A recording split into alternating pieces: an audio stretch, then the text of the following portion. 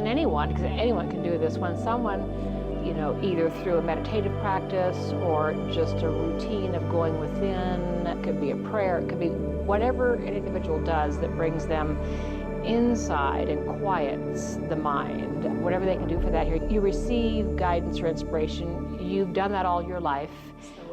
We just don't pay attention to it normally because we're not trained to focus on it in this reality.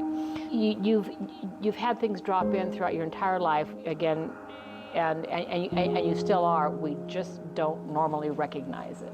And when someone does start training in this area, it's very easy just to take it to the next level, to the next level, to the next level. I'm sure you've witnessed, especially on TV, someone who is receiving information for someone else or someone who is bringing something forth here.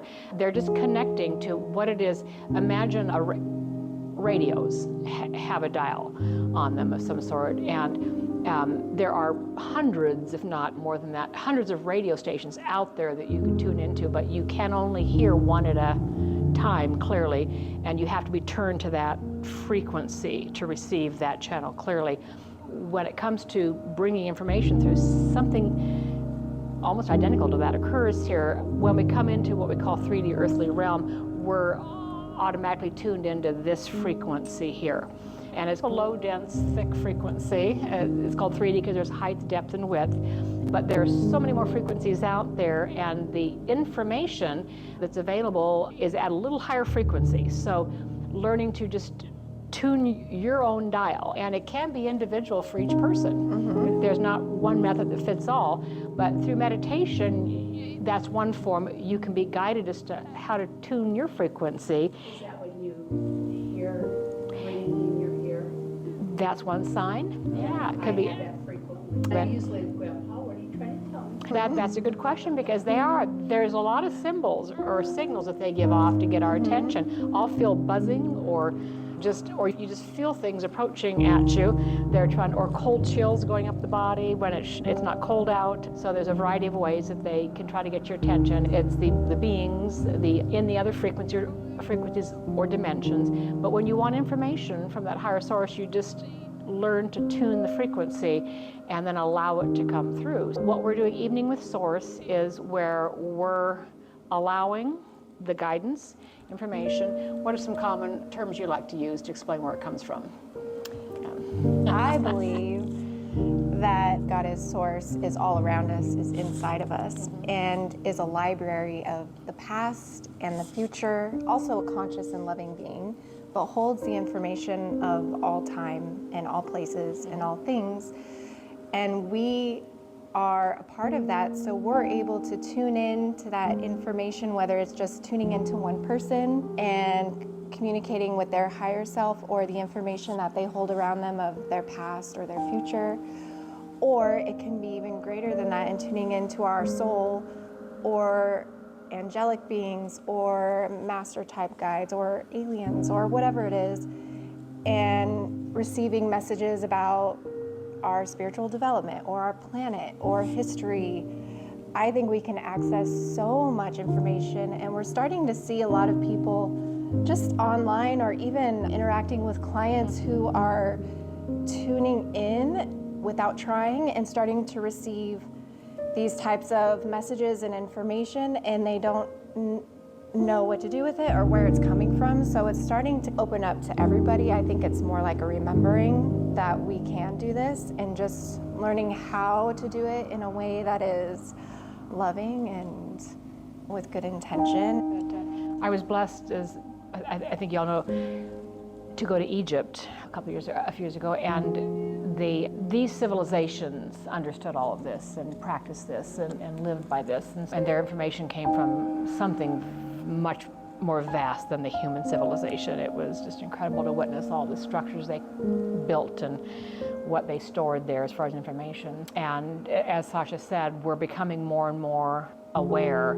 People are tuning in. We both do the QHHT quantum healing hypnosis sessions, and our clients that are coming in, as Sasha mentioned, they're having profound, I call them downloads, they're having stuff come to them, whether it's in dream state or in meditative state, or just if they're just relaxing somewhere, they'll get just profound downloads of information, and they don't know what to do with it or where it's coming from, and they don't know, they don't have anybody else in their reality to run this by or bounce this off of. And so they're finding places like here, this facility, or QHHU practitioners to come ask questions. And so a lot of them come in with these questions. What do I do with this? What's it trying to tell me here? What should I do? What can I do? And so it's beautiful to be able to help them get that clarity and those answers. But our purpose for this session is just to, again, allow people to witness what's available to them. Anyone can learn to do this. It's not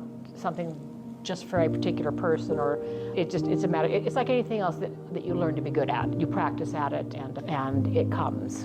And Marie's shaking her head going, yes. Yeah, I started my spiritual coaching with Sasha today, and I'm really excited. It's wonderful. Once you start actively asking for more information, it's amazing how quickly it starts to come to you. And it comes from everywhere, places you'd never guess. And I know now, looking back, things like going to Thailand, there were a lot of things I've done in the past that were little hints, little nudges. They were exposing me to things that opened my sights and allowed me to go, oh, there's something more going on here. Because you could witness those beautiful structures and what they honored and what they revered and what they were. You got an idea of what they understood. It was far more than what we do now or what we did. Yeah, it's fascinating. But so what we'd like to do tonight is tap into that and see what comes through. Here's how I explain it. We are just conduits. I'm a conduit.